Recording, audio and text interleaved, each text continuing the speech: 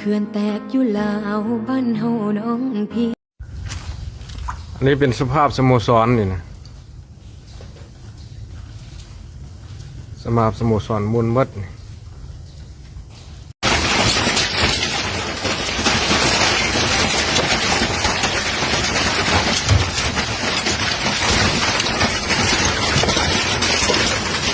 อย่าดับไฟ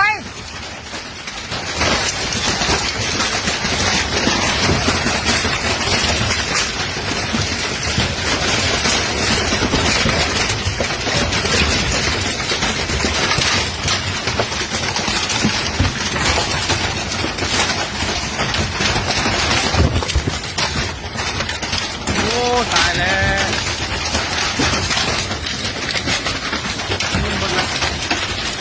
มันเบิด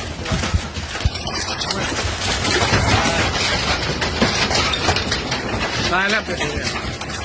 มุนหมดละ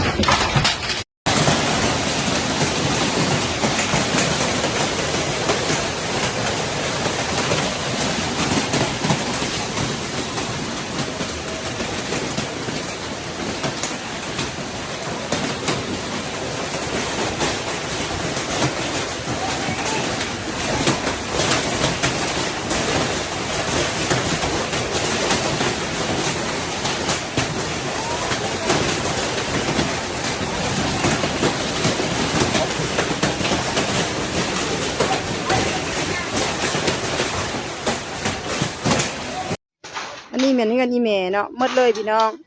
หมุนสลับแถวบ้านเวียงคำเมืองสีโขดตะบองนครหลวงเวียงจันทน์หมุนหมดเลยแถวนี้นะไม่ยังมีเพื่อเหลือเลยรอชีวิตบรอดหมุนสลับเงินนะขันเอารถเข่าห่มบ่ทันก็เป็นหมุนอันนี้เงินแม่ข่อยอันนี้นะเกือบตายทั้งครอบครัวเลยใครแต่ดีเขาขอโต๊ะทัน เบิ่งหน่วยบักเห็บคันว่ามันตกได้เป็นเศร้าได้เป็นชั่วโมงแล้วไม่หน่วยใหญ่ซ้ำนี่จะเบิ่งสภาพเมื่อน้องทรายข่อยคุ้มนี่ไปเบิด6-70หลังคาเฮือนบ้านโพนสมบูรณ์เมืองศรีโคตรนครหลวงเวียงจันทน์คุ้มมันแถวส่วนอาหารวันนานาคำจะเบิ่งสภาพมันดูนี่บ่ให้น้ำตาก็ออกพวกเจ้าเอ้ยเบิ่งหน่วยบักเห็บอันนี้เงินนาบาวหั่นน่ะคุ้มไปเบิ่งแน่เงินนาบาวโรงงานเฟอร์นิเจอร์ตายพวกเจ้าเอ้ย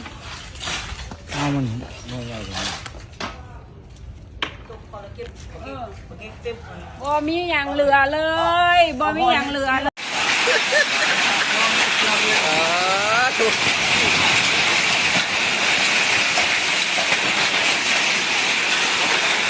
เกิดมาก็เคยเห็นดีเด้อพี่น้องเลยตาย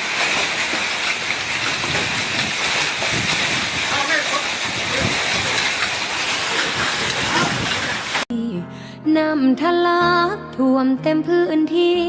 เบิ่งข่าวทีวี จนมิดหลังคาหลายร้อยคนหายพื้นนาแสนไร่จมในพริบตา แม่น้ำเสียเปลี่ยนเป็นน้ำตาท่วมจำปาสักและอัตตปือขอส่งแห่งใจ